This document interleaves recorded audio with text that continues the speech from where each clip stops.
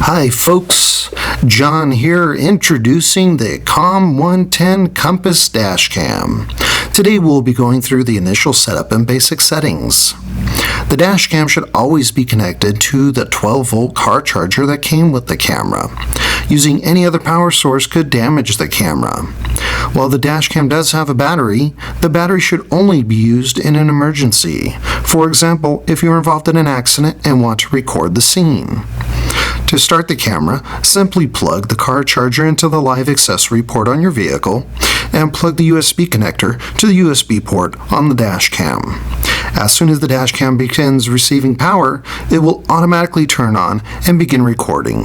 That's it, it's ready to go.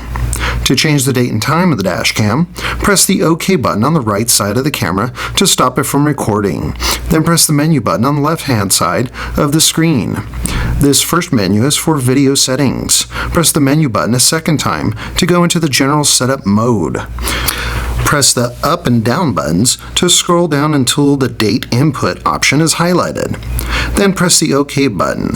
Now you can use the up and down buttons to adjust the year. Then press the OK button to proceed to the next field.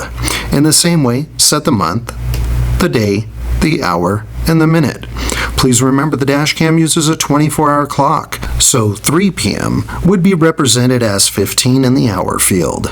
When you're done setting the minutes field, simply press the menu button and the date and time will be set. The date and time will be displayed along the bottom of the screen. Now, our default settings are the best settings for most people. 90% of the population will not need to change the rest of the settings from the default. If necessary, however, you can go further into the menu settings. Let's start with the video menu. Press the menu button once. Video output should be selected along the top. To select different options in the menu, use the up and down arrow buttons.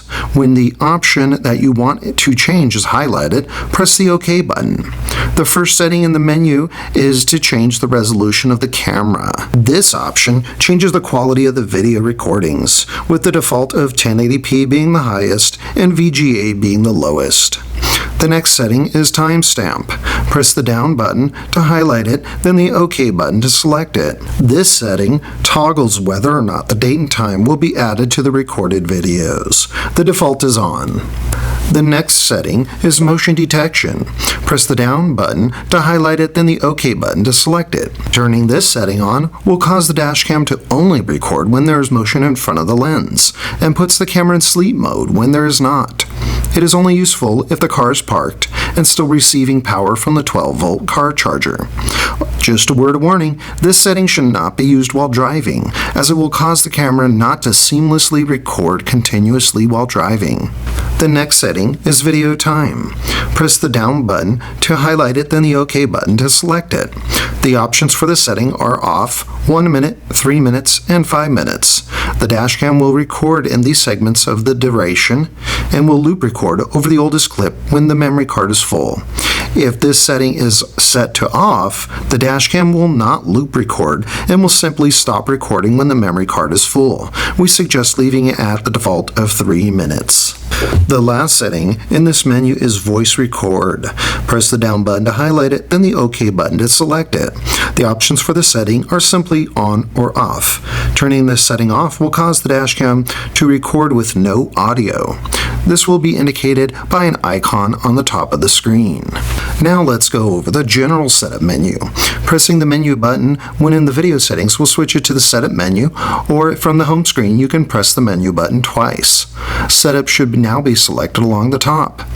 The first setting in this menu is format. This will reset the DashCam's memory card and erase all the data on the card. Pressing the OK button when the setting is highlighted will give the options of cancel and execute. To run the format, select the execute option using the up or down buttons, then pressing the OK button to confirm. The DashCam will then take several seconds to format the memory card. The next setting is language. Press the down arrow button to highlight it, then the OK button to select it. Changing the settings allows you to select your preferred language for the DashCam. The next setting is auto off. Press the down button to highlight it, then the OK button to select it.